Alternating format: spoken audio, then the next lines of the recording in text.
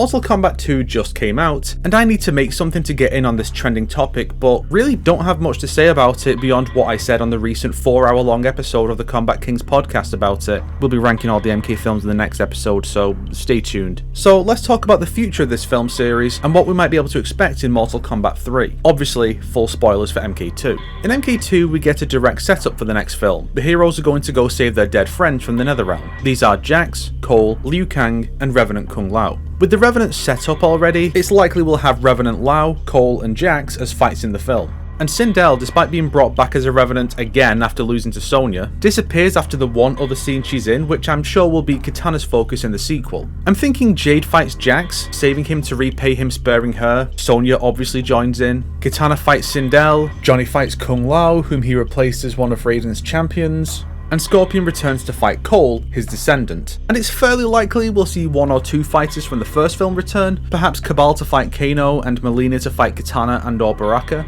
Liu Kang's role is hard to guess. The way he departs clearly evokes Fire God Liu Kang, but unless Raiden dies, there isn't really a place for him here, unless they want to explore the idea of the two fighting together as equals, since we've never seen that before. Either is possible given who is likely the next villain. Shao Kahn is dead, Shang Tsung is still around, Quan Chi is captured by the heroes. I doubt we're going to get MK3 as the plot for MK3, since bringing Shao back right away would diminish Kitana's victory. But MKX's version of MK4 does feature an invasion of Earthrealm, and the amulet is explicitly called out as being Shinnok's. I think MK3 will adapt MK4 and X, with Shinnok raising an army of revenants from the past 2 films to try and take Earthrealm and Outworld. I doubt Edenia is going to get freed, since these films primarily follow MK11's lead, and Edenia hasn't been its own realm since 2006, so Kitana Khan will rule Outworld and be one of Shinnok's targets. It could be neat if they have the film's climax be a 2-pronged attack on the Jinsei Chamber and the Outworld equivalent mentioned in Onslaught, the Seikatu. It's accessed through the Soul Chamber, giving them an excuse to use another iconic MK locale now that they're actually doing that. It will likely be guarded by Ermac, portrayed by Jared's actor, since he's apparently shown interest. Oh, and Bihan will be one of Shinnok's enforcers too, and there's a chance that, if enough of us tell them how dumb they are for not using it by then, they might relent and call him Noob Saibot. Because being embarrassed of this name is what should be embarrassing.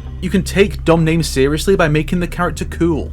After that, given there have been comments from cast and crew about potential spin-offs, I can imagine once Jax is back, we'll see a spin-off about him, Sonya and Kano, be it a film or streaming show. They apparently wanted Tremor in MK2 but ultimately dropped him for the Sindel fight, so here's a good place to include him. Similarly, film 1 was supposed to have Rain, but he was cut for pacing, I think. Good character to use for a spin-off about the Edenians, possibly with big focus on Kitana and Melina, seeing how Kitana's actress wants to explore that. And a Johnny Cage spin-off is likely. I personally think a mockumentary streaming series about him trying to make an MK movie after all of this would be a lot of fun. And for MK4, I wouldn't be surprised if they set up the Deadly Alliance for that, but they'll have to really go all in on them in 3 because they're useless mooks so far, when the game versions were a final boss and a sub-boss, and they're probably not going to kill any of the heroes right after a film about bringing the dead ones back. Beyond that, who knows? That's as far as I'm willing to be confident about, because anything else would be tough. There's no guarantee we'll even get past 3 films, and the only other game I can see them adapting based on the bosses would be MK11 crossing over with MK95 and casting some notable actress as Kronika, someone in the vein of a Cate Blanchett. I doubt we'll get Onaga or Blaze because of the effects budget. I'm sure they'd rather use that for cooler fight locales and special moves, and I think MK2 showed that was the right call this time.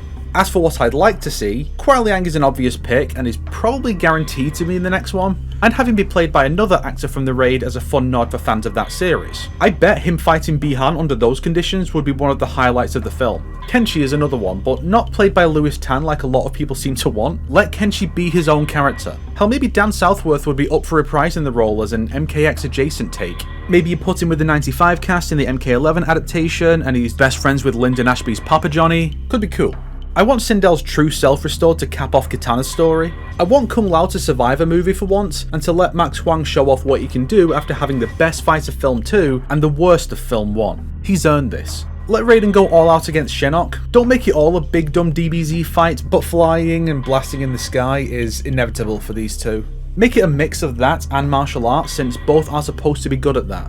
Have some romance, but give it time to build up. MK usually just jumps into the middle or rushes it, so if we do get Johnny and Sonya, or Katana and Liu Kang, or Jade and Jack, since those two are kinda cute together this time, spend most of the film building up to it. Confirm Ed the bartender and Eddie Tobias as the same guy, and give John Tobias a cameo. He deserves credit too. And that's it for this topic. I'm actually looking forward to seeing where this iteration of the franchise goes, which is a lot more than can be said for the aftermath of the prior film. Just try to take less than 5 years this time. MK2 was good, but not wait half a decade good.